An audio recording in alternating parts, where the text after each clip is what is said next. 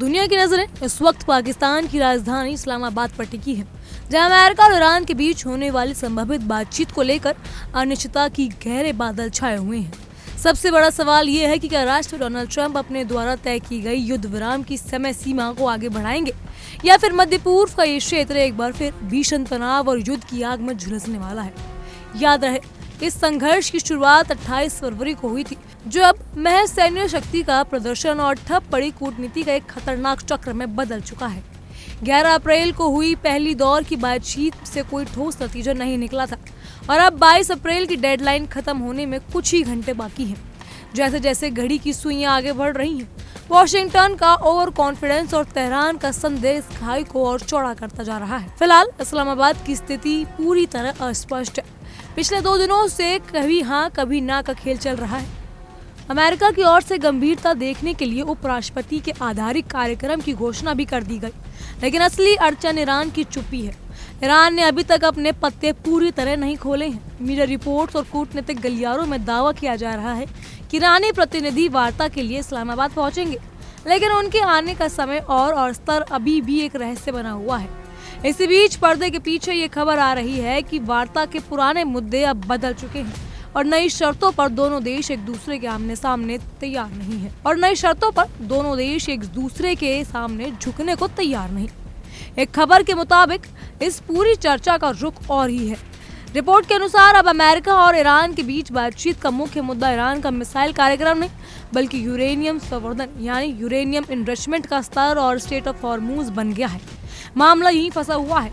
America अपना समुद्री blockade हटाने को तैयार नहीं और ईरान हॉर्मूज के जलमार्ग पर अपना पूर्ण वर्चस्व और नियंत्रण चाहता है।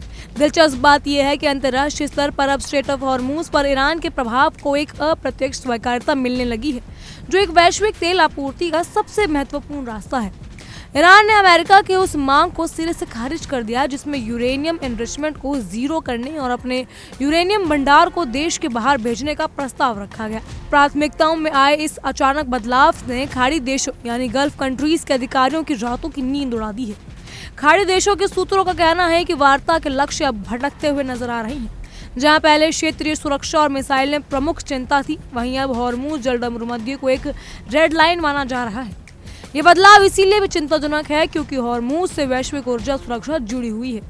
अगर यहाँ कोई भी समझौता टूटता है या तनाव बढ़ता है तो इसका असर केवल इन 2 देशों पर नहीं बल्कि पूरी दुनिया की अर्थव्यवस्था पर पड़ेगा।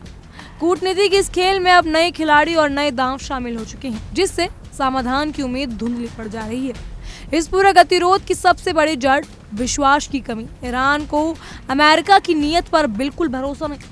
11 अप्रैल की वार्ता के विफल होने के बाद ईरान ने स्पष्ट कहा था कि वॉशिंगटन के वादों पर यकीन नहीं रह सकता। हाल ही में हॉर्मूज में एक ईरानी नाव को रोक जाने और उस पर कब्जा किए जाने की घटना ने इस भरोसे को पूरी तरह खत्म कर दिया। तेहरान का मानना है कि डोनाल्ड ट्रंप सीज़फायर के नाम पर केवल समय ले रही हैं ताकि भविष्य में किसी बड़े सैन्य हमले की तैयारी किसी बड़े सैन्य हमले की तैयारी करना डोनाल्ड ट्रंप के लिए आम बात नहीं। ट्रंप की तीखी बयानबाजी और ईरान पर अत्यधिक दबाव बनाने की रणनीति इस समझौते के लिए सबसे बड़ा रोड़ा साबित हो रही है। अब देखना ये होगा कि क्या 22 अप्रैल की आधी रात से पहले कोई रास्ता निकलेगा या ये अनिश्चितता एक विनाशकारी संघर्ष की शुरुआत करेगी। बहरहाल आपको इन सब पर क्या लगता है, हमें कमेंट के जरिए जरूर बताइएगा। फिलहाल के लिए इतना ही। तमाम खबरों के लिए बने रहिए इंडिया डेली के साथ। देखिए इंडिया डेली 24/7 अब आपकी स्मार्ट टीवी पर। इंडिया डेली मौजूद है सभी डिजिटल प्लेटफॉर्म पर लाइव और लगातार। इंडिया डेली 24/7 हर दिन राष्ट्र को समर्पित।